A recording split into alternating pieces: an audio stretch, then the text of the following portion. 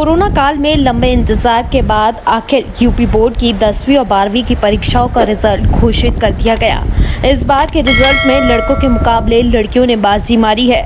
बात करें high school परीक्षा परिणाम की, तो जहां लड़कों का 69.88% रिजल्ट बना है, तो वहीं लड़कियों का रिजल्ट 87.41% रहा। इस लिहाज से लड़कों के मुकाबले लड़कियों ने बाजी मारी। वहीं इंटरमीडिएट के रिजल्ट की बात की जाए तो लड़कों का रिजल्ट 67.88% रहा, तो वहीं लड़कियों का रिजल्ट 81.96 रहा। ऐसे में लड़कों के मुकाबले लड़कियों का 13.08% रिजल्ट ज़्यादा रहा।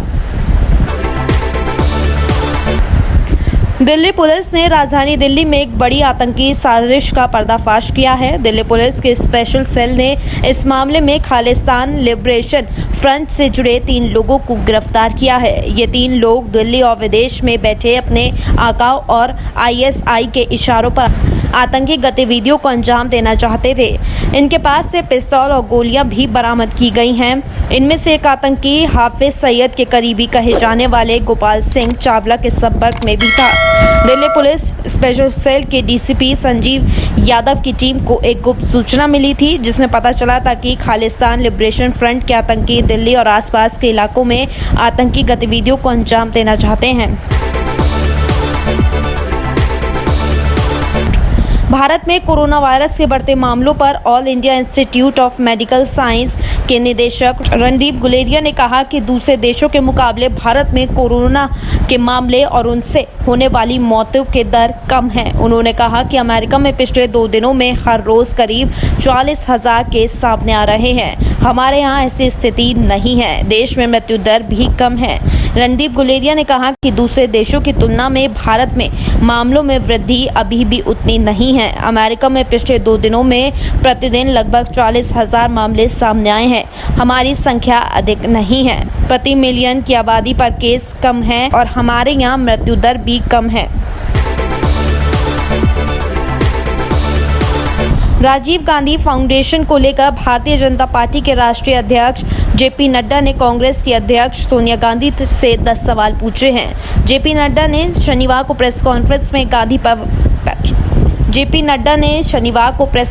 में गांधी परिवार पर जोरदार हमला बोला और पूछा कि राजीव गांधी फाउंडेशन से चीन को पैसा क्यों दिया गया। जेपी नड्डा ने कहा कि मेहुल चौकसी से राजीव गांधी फाउंडेशन में पैसा क्यों लिया गया, मेहुल चौकसी को लोन देने में मदद क्यों की गई।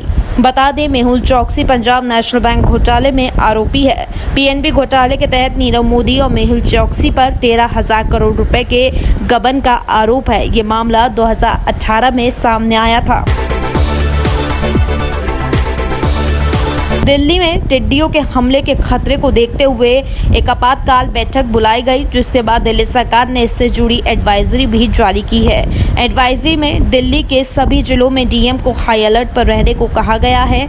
साथ ही दमकल विभाग के साथ कोऑर्डिनेशन बनाने के भी निर्देश दिए गए हैं, ताकि कीटनाशक के छिड़काव की व्यवस्था की जा सके।